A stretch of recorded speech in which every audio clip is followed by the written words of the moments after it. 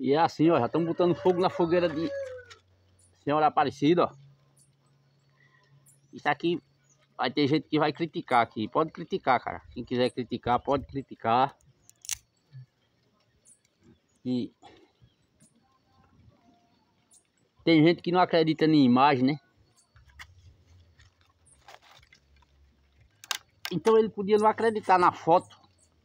Numa foto que um familiar dele que já morreu deixou. Não podia acreditar que aquela pessoa existiu, né?